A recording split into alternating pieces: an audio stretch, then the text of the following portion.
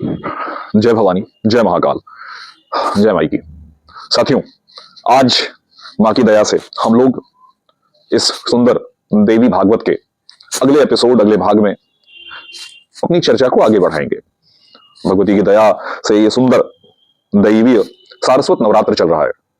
अगर इस नवरात्र के विषय में थोड़ी सी चर्चा आप लोगों से करना चाहूंगा। जैसा कि आप लोगों को मालूम है कि जो सिस्टम या कहिए सामान्य जन या सामान्य समय में पूर्व काल में सिर्फ दो नवरात्रों की सामान्य जन में चर्चा होती आई है, एक अश्विन का, दूसरा चैत्र का।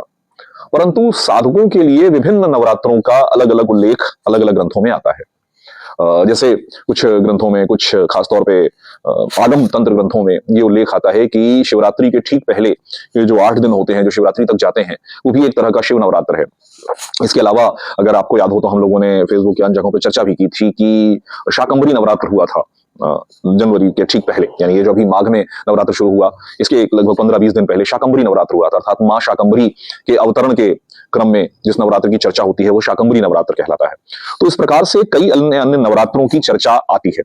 पर अभी जिस नवरात्र में हम लोग हैं, यानी जिसे माघ शुक्ल पक्ष प्रतिपदा से प्रारंभ हुआ, अगर आप उसको ध्यान से देखें तो उसमें 3 बड़े महत्वपूर्ण सोपान मुझे दिखाई देते हैं। मैं ऐसा नहीं कह रहा हूं कि शास्त्रों में उल्लिखित है, परंतु कल जब इस संदर्भ में चिंतन कर रहा था